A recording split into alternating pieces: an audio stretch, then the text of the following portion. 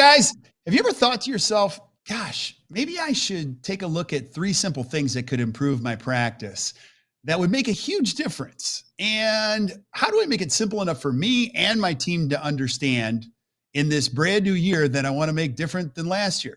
Well, if you're asking yourself that question, I've got the answers with a good friend of mine, Sandy Pardue, on, who's brilliant. You do not want to miss this. So stick around while we take a look at another episode of the Best Practices Show. They're going to put the video in there and come back. So, hey guys, hold on one second. Hey guys, Kirk Behrendt here. Welcome back to the Best Practices Show. I'm your host today. I am so glad that you're here and you've showed up. And I want to do 2 things and just welcome you, because if you're here for the first time, I want you to know we're just a community where we love the education piece, love learning, love connecting with people. And this is so much fun. And I just would encourage you to keep showing up. Number 2, I want to encourage you that wherever you listen to podcasts, if you're listening right now on iTunes, Stitcher, whatever, I want to encourage you to hit the subscribe button, because when you subscribe, you'll see every single week we're going to bring you another expert in dentistry and bring you some great tips to help you create a better practice and a better life. So just keep showing up when you can. Lastly, I want to encourage you that if you haven't, join us over in our Facebook group. I don't even know how these things work. I'm trying to figure it out, but we started last year in the COVID conference and we had over 13,000 of you just show up over there. And it's cool because it's not just us, it's people helping people. So I encourage you, it's the Best Practices powered by Act Dental, and you can meet us over there. Now, I want to introduce my guest today, Sandy. I have known you for a long time. You are one of the greats in this industry of helpers, people that help dentists. You've been a great coach. You know everybody. Like, you've been in probably everybody's practice too. Like, you went in the early days to Howard Ferrand's practice. Like, Howard to this day says, like, when you came in, it changed the way he did things. And you're just a great agent of change. And so, I know you, a lot of listeners might know you, but if somebody doesn't know who Sandy Pardue is, tell us who Sandy is. Well, hello, everybody. Just hello to all the listeners. I'm excited to be here to share some actual systems and things you can do to improve your practice with recall and reactivation and retention.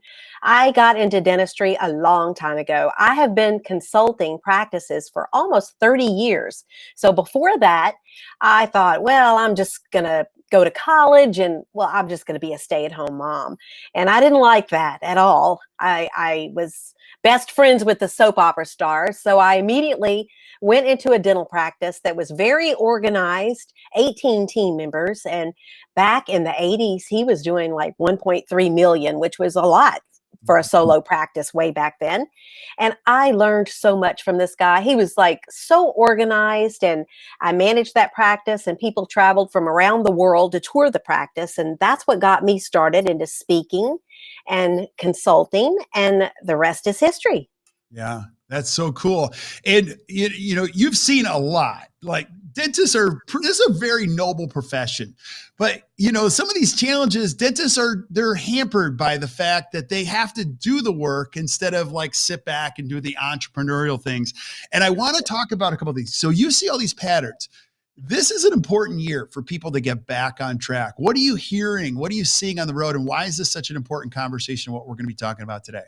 Well, this year is important, and especially this year, but it's always been a problem where the back door is wide open in practices. So for you guys that are new to dentistry, you might be listening, maybe you don't even have your practice yet. I'll tell you that retention in dentistry is not good. It's actually, in many practices, only 50 to 60%, and that's very low. And I'd like to start by you thinking about something. This is something I was driving home one day, and I got to thinking about 165,000 dentists in the United States of America. And some of them are getting 3 new patients a month, and some are getting 130, right? So let's just say that 165,000 dentists got 10 new patients a month, okay? That is a lot of people changing dentists every month. Yeah. I mean, we have a huge problem in dentistry. Now we put what we're going through with COVID in the mix. patients, if they haven't been in touch with the practice and maybe the practice has dropped out some of their vital systems, they're going to be looking for a new dental home. And that's what happens in dentistry. Whenever you stop communicating with people or they don't feel comfortable calling because a long time has passed. So, yeah, it's important to have those systems in place that keep them coming back. Yeah. And today we're going to be talking about your 3 R's. So tell us, and let's talk about why these 3 R's are so important. And then let's go through each one of them, if you wouldn't mind. Okay. Well, first of all, every practice should have a good recall system, right? So the problem is that they think they have a recall system, but they don't. And what I mean is, as I go into practices, I've worked with over 600 dental practices, and we go in, and one of the first things we'll ask is, "What is your retention?" And they're like, "What do you mean?" Well, they don't know. They don't know. And then the second thing I'm going to ask is, "Can I see your recall recipe in writing?" And they look, we don't have that. Right. So what that means is they never really developed a recall system. And so what happens is they get a third party company that helps with text messaging and emails. And now they have just said, okay, they're going to handle it. So that's not good. So, and then they say, oh yeah, well, okay, we use this company or this one. And you guys that are listening, you've all heard of them and they're all great companies. But here's the problem. When I ask the practice, what is that third party company communicating? They rarely know. And if I ask how often, they rarely know. And the fact is they have no recall system, which I like to call a recipe. I like that. And it's a recipe. I'm from the South, and we enjoy cooking and entertaining, right? So everything's about a recipe. And we all know, like this past Sunday, I made a big pot of gumbo, and I used my mother's recipe. And if I changed one part of it, it wouldn't be the same, right? So it goes back to your systems and your practice. If you have the recipes and you follow them exactly, you're going to have consistent results that you can rely on. So one of the first things you guys need is a recipe for your recall system, and you put it in writing so that if the person that's working at your front desk right now leaves, guess what? The next person that comes along can follow it.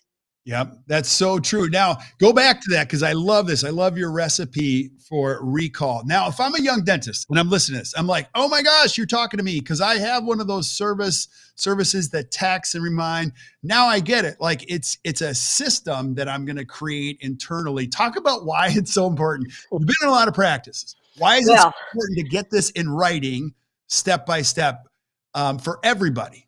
Well, the only thing that will give you consistent results, because everybody, any practice owner, they're familiar with having a day that's like $1,000 and then a $5,000 day, and then we might shoot up to 7,000, and every day is a surprise, right? Right. So the only way you'll ever have predictability in your practice ever is through consistent actions by your team. Okay. Now that's pretty profound what I just said. Right. In other words, if your team has consistent actions and they do the same things on a consistent basis, you'll now have a predictable income. A great example would be that the schedule falls apart. It looks terrible for the next 2 weeks. And so what does most practices do or should do? They should hustle, right? And they start calling patients and they like, oh, come help me. Miss Hygienist, you have some time? Let's call patients. And there's that urgency, right?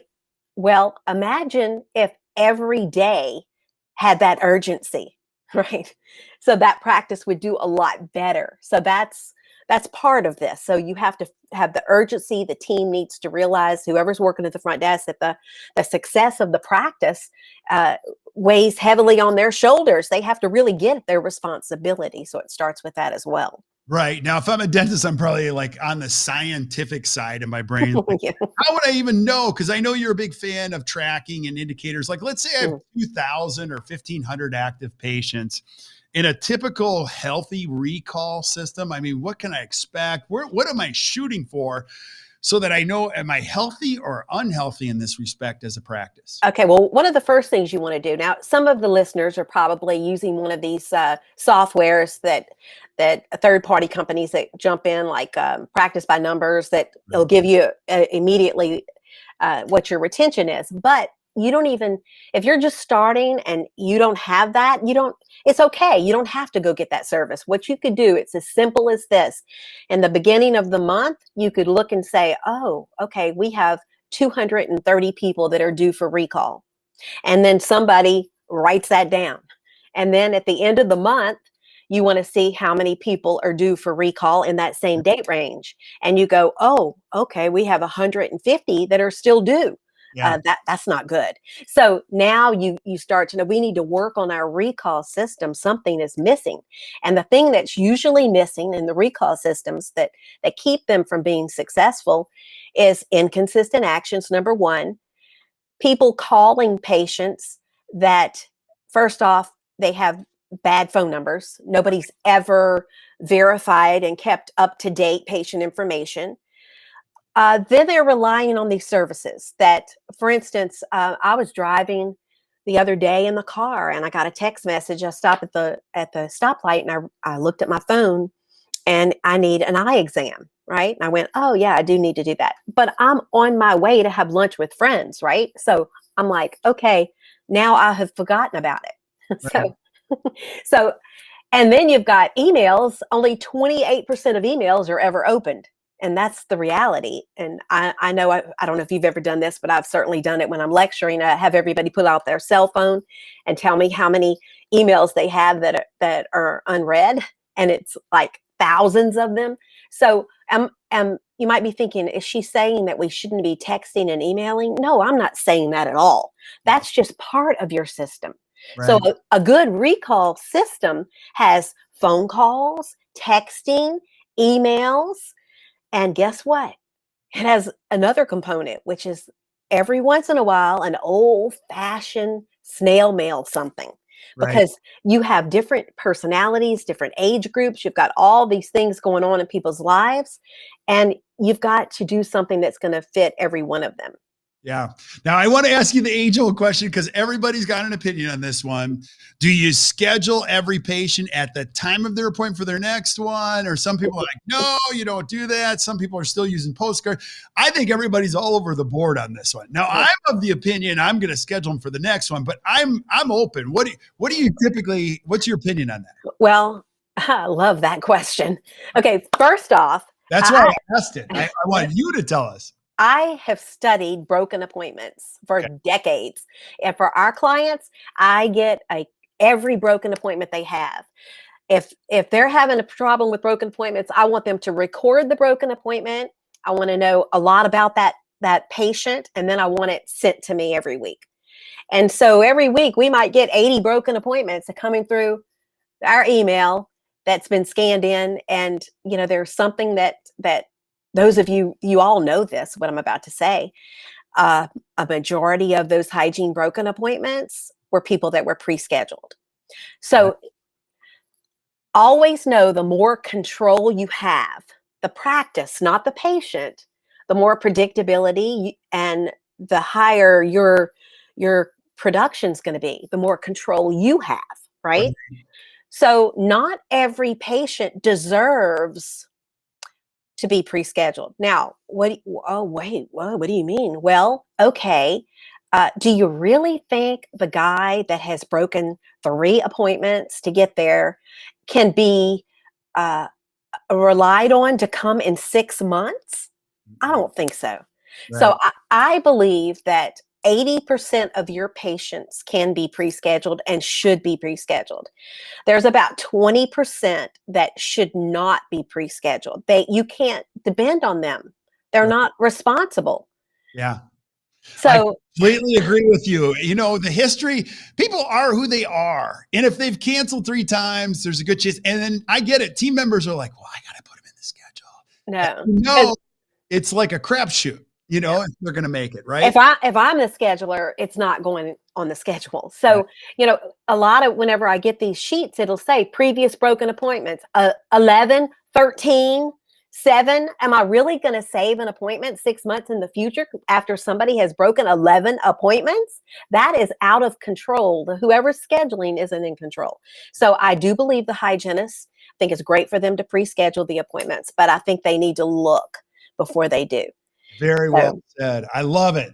And that's why I tossed you the question, because I get it all the time. I'm like, oh gosh. And then you battle with people like, oh, I still did the postcards. I'm like, oh Lord, I get it. I get it. yeah, yeah. Everything works to a certain degree, but I always want to know like what you're seeing out Now, there. see, I really think now again, um, what I see working for recall is that yes, you pre-schedule, Right. and then you for those pre-scheduled people, I see that postcard sent 3 weeks before. Yeah, you know what? That works. It gives them the option if they can't come to go ahead and call the office. You Well, see, when we call people and email them too much and too often, it is a turn off. It becomes spam. yep. You seem desperate. So what I see working, and I've really paid attention to this, like, I've even changed it up over the years. Like, we'll stop doing that. We'll leave that step out, and then we'll send an email.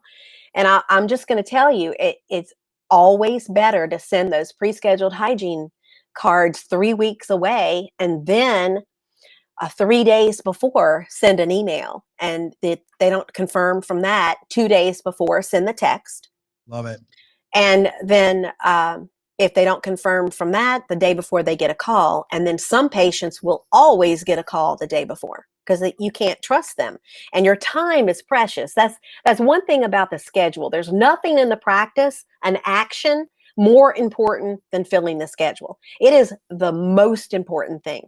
Why are we even there? I've seen office managers in the back planning a party, or for the Christmas party, or the this or that for the staff, and none of that matters Right. if the schedule's not filled. That's number one. And so what do we have to do to get the patient there? It's like, a lot of people think, oh yeah, if those patients, they can't keep the appointment, we have to keep reminding them, we don't want them as patients. Well, I think that's ridiculous, because we're not an Elton John concert. We're in an industry where less than half the people go every year to the dentist. I mean, it's not that easy. So we have to help the patients. Okay. I mean, I could go on and on about that part, but it's very important that we do our part in getting the patient there. Totally agree with what you said. I love it. I love it. I love it. And it goes back to your recipe. Like, what is your recipe that gives you the outcome you're looking for? Now we're going to talk about the next R in your 3 R's. What's your next R? Retention.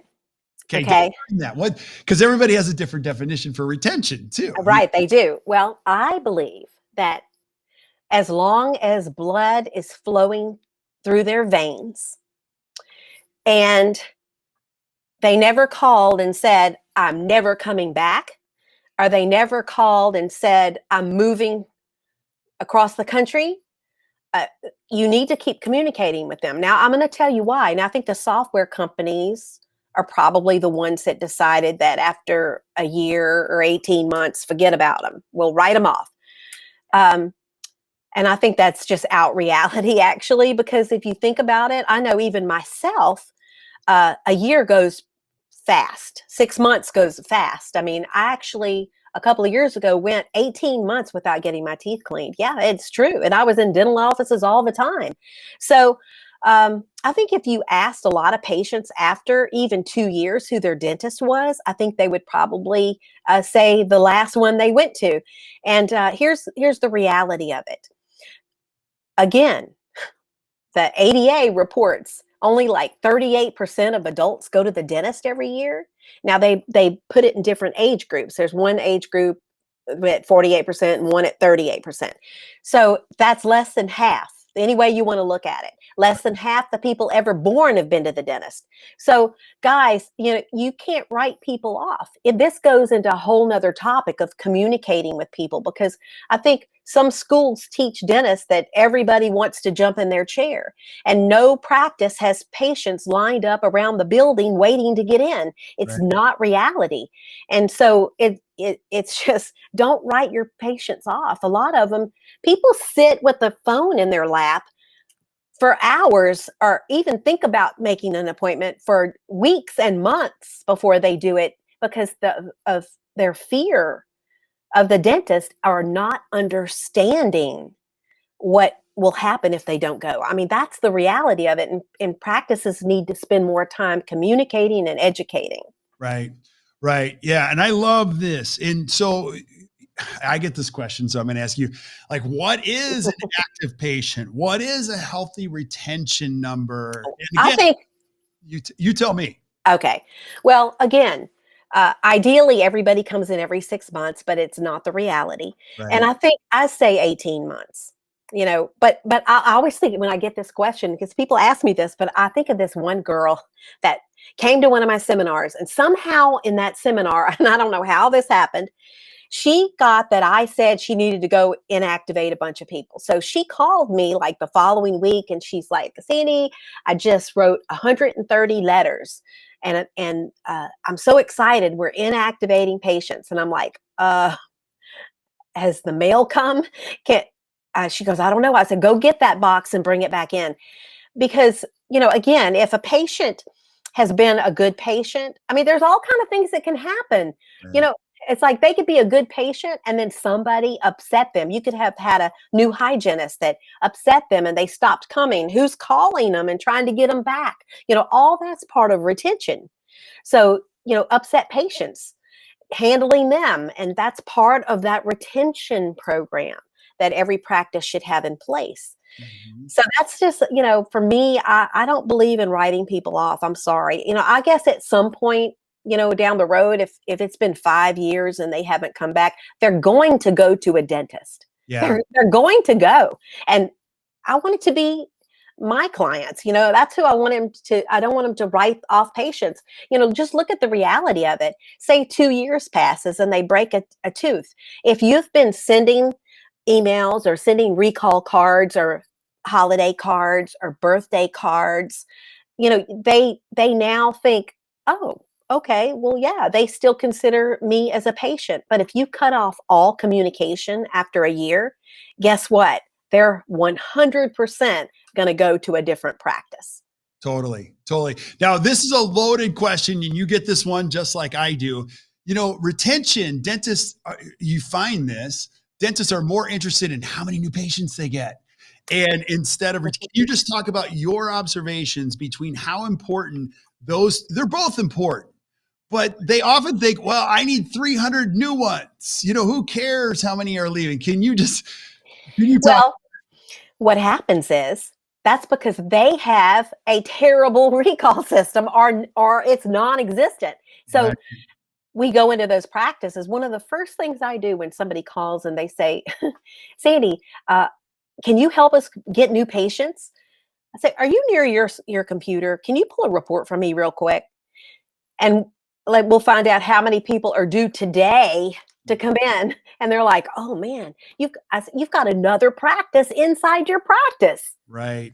And they're like, oh man, wow. Okay. So what they need to do is improve their retention, and they need to improve their treatment plan presentation skills, right? Because another report at that point, when they're looking for new patients, is, oh, let's see your unscheduled treatment report. Oh, it's $1 million for the last 12 months. Right. So those things need to be fixed, right? That's what needs to be fixed. And so new patients are great. Get that new blood in there. But for me, the first thing I'm going to look at is the phone. How the phone's being answered and that kind of thing. Yeah, it's totally true. I mean, you work so hard to get these people. Let's keep Yeah, them. that's right. they know where you are located. They know the experience in the Right. practice, but that's a huge problem in dentistry is it's just a revolving door. And 165,000 dentists getting new patients every month. Does anybody ever think about what's happening in the dental world? That's insane. It is insane. It is insane. So I love your recipe with the first two R's. Now let's go to the third R. What's the third R in your recipe? Okay, the third R is a reactivation. Okay. Now, We're going to have to define that because everybody asks me that too. Like, what is reactivation? okay, so you've got patients that have come in and they've been a patient of record. Maybe they came in one time and they had their teeth cleaned and they never came back. For me, anybody that hasn't been in the practice for 13 months or longer is a reactivation prospect, so to speak. It's like they need to be reactivated back into the practice. So that's 13 months or longer. Right. So, what we have been doing for about 20 years is a reactivation project. And I have implemented this in so many practices and it works. And so, what you have to think about with reactivation is there's a couple of ways you can do it. You can get on the phone, and that's the hardest part because most dental team members um, do not have the ability to handle the objections that patients have unless they've had special training. They don't know when somebody starts complaining or putting off, and patients they lie about why they can't come back. Right? They tell little stories. Right. So you've got to have somebody really good on the phone when you're reactivating. So that's not something it's important to do, but you don't want to have just anyone on your team doing it. So that's one way you could do it. Now, another way is you could use your third party company to send mass emails. But again, 28% of those are opened and the rest are not. And so what we have found, like any marketing campaign, okay, it comes in threes, if you've ever noticed. Like you can get your mail out of the mailbox. You see a postcard from about a vacuum cleaner. Okay, that's one I got recently. And then next month you get another one, and then you get another one. So I noticed that 20 years ago, and I thought, you know what? Let's try that for reactivating patients. Right. So it works. So what we do is we recommend every January that practices look at who needs to come in, and they go back for 3 years.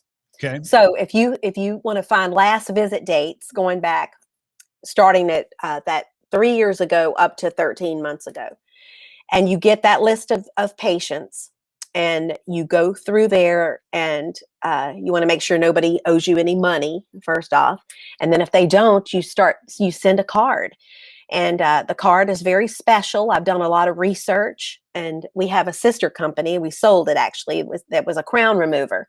And we'd go to all these dental shows every year. And so we would test the color of the card on the dentist. And then we started putting them in our client practices. So, this is kind of, people might think, cards, it's not cool to send cards anymore. You got to send email and text. I'm telling you, you'll get 9 to 19% of your patients back with this particular project. 9 to 19% without a phone call. Wow. So what you do is and I was speaking at the dental office manager conference, and a girl raised her hand. She said, Sandy, we did that. And we got back 30%. We did your project. And I was like, oh, that's great. That was the highest one I'd ever heard. So you want to find out who is due. Like I said, and I'll repeat this just so that listeners can write this part down, because you want to go back at least 3 years and Right. then go up to the 13 months. And now you're going to start communicating with them, and you need a card, and our color is the highlighter green. It's a very ugly color, but it's like it's that highlighter green. That's what it is. And you could put your business card on the front, your office name on the front, and then you send this out to your patients. But there's something very important about this card.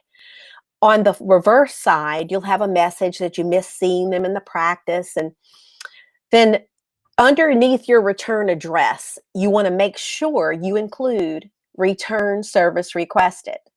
Because when you put return service requested on that card, you know what you're going to get? What? You're going to now get their new address. So that's another reason why I like to send cards to patients that pre-scheduled 6 months ago. You're saving time, but maybe they moved away. Right. And because you put that return service requested on the card, now you get the card back and go, oh, good, we're saving time for the whole family and they moved away. Right. So on the reactivation card, you do that. You get them back after the first mailing and you start updating your address and your software and you send another card. And you do that for 3 months in a row. And I'm telling you, people will come. They will come. Yeah, I love this. Now, I have so many questions on the retention side of things. You have to understand, as anything, you want to get as many of these back, but there's a certain percentage that get displaced. Some of them die, move away. Realistically, if I'm a dentist and I'm like, oh, I want to do this, what percentage of your practice is getting displaced per year? Do you have any idea? Or I think a goal for every practice owner is to retain about 83%. If you can retain 80%, you're doing really well. Yeah. Yeah, that's awesome. I love your 13 months thing because that's about they start to get on the cusp of, okay, some people wait the full 18 months. Yeah. By then, they're for sure gone. They're going to go somewhere else. You got to think about this. Ladies, any ladies listening, you'll have reality on this. You go to service businesses like to get your nails done, get a pedicure, and or even your haircut. So you go to the same person, but something happened where you couldn't go to them, Right. and you tried a new salon and now you didn't like the new one, but you want to go to the old one, but they're going to know I went. You see, they're going to know I went somewhere else, right? So, and then they're scared to come back. This is why all of these different types of communication are so important with your patients. And then, part of that retention, another thing is that I'm pretty sure patients leave because of some kind of upsets. Now, some practices, I've heard them say, oh, well, we don't care about that. Well, I'm going to say, run to your upset patients, not from them. And those practices that really get how important relationships are within the practice, they will do this and they will retain more people, because every time something happens in your practice that's upset someone that a lot of times the doctor never even knows about, there you go, and they're going to talk over their back fence to their neighbor about you. For sure. And Facebook. And with the internet now, and do negative reviews. And a lot of people aren't going to do the reviews and they're just going to tell everybody. So you have to build these good relationships and have systems where your team knows if somebody walks out of hygiene and says, oh, can you put me with somebody else next time? Antennas go up and somebody calls that patient later and gets that handled, because that's not good. And I see it happening all the time. The team is not trained to be listening for these. And that's a huge part of retention. Right. Right. Now, I want to ask you, if I'm listening to you, I'm like, oh man, I got all three of these problems. Do you see these in sequential order of fixing, or they kind of work together, or are you tackling the one that's the worst? I mean, how do you see this? I think they work together, but to get started, I think the most important thing is to come up with a recall recipe, get your policy and you have to think about it. It's like that. You have to think about, what are the steps? What are we going to do? How are we going to communicate with our patients?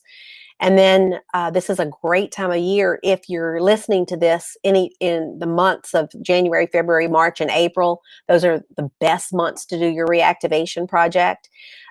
If not, if you're listening to us in August, you can start now. If you're listening to us in September, October, November, December, don't start yet. Those months aren't the best to start. Yeah. That's awesome. That's awesome. And then when you're thinking about your practice, I would imagine you get these young dentists, and I love them, but they're like, first thing I need is a CBCT. I'm like, no. You should get your systems in place, get the phones right, because would you agree with this? If you do a great job with the R, get your recipe in place, you're going to have a problem in about 6 to 8 months, which is, I don't know where to put these people. That's right. And that is a good problem to have. Wouldn't you agree? Right. You'll either have that problem or you'll have just a full schedule that's productive, depending on the individual practice. But your systems, this comes first. This is what you do first before you start buying a lot of equipment. Right. Now, another thing too, you and I didn't talk about this, but let's say I'm listening to you, Sandy, and I'm like, I'm totally doing this. And I start to improve all these things. Now I run into the issue where I've got too many patients and everyone thinks, oh gosh, too many patients. The first thing you do is build more ops. I mean, everybody has a different opinion on that. I'm like, no, build, like there's some patients that aren't the best. Let's get this right before you make it bigger.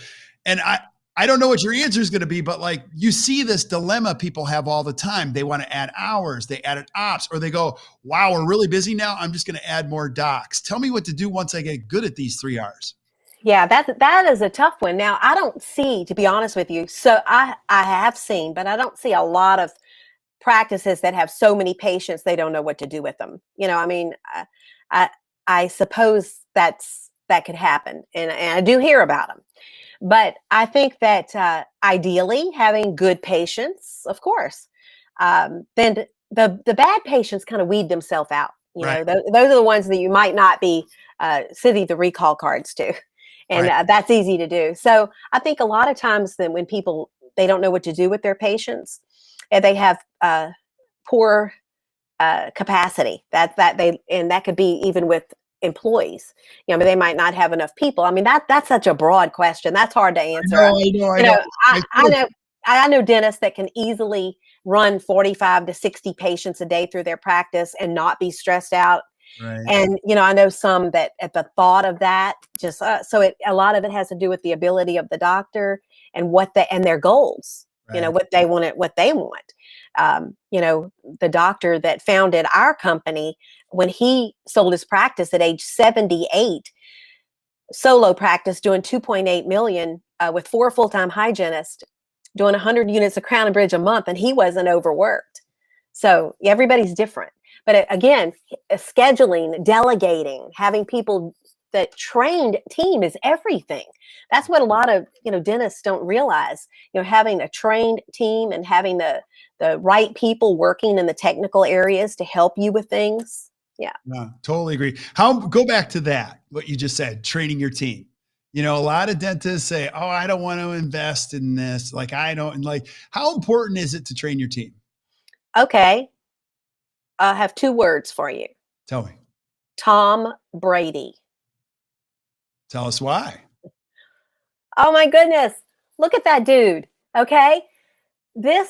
What happened last weekend,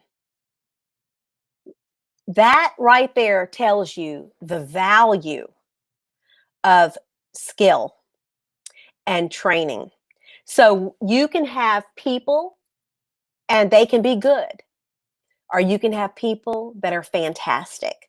And your life, your office life is going to be easier when you have people that are trained and can take that stress off of you and that can do their jobs and do them right. And that's the first thing when I watched that game, and I'm thinking, this dude, okay, he's got skill.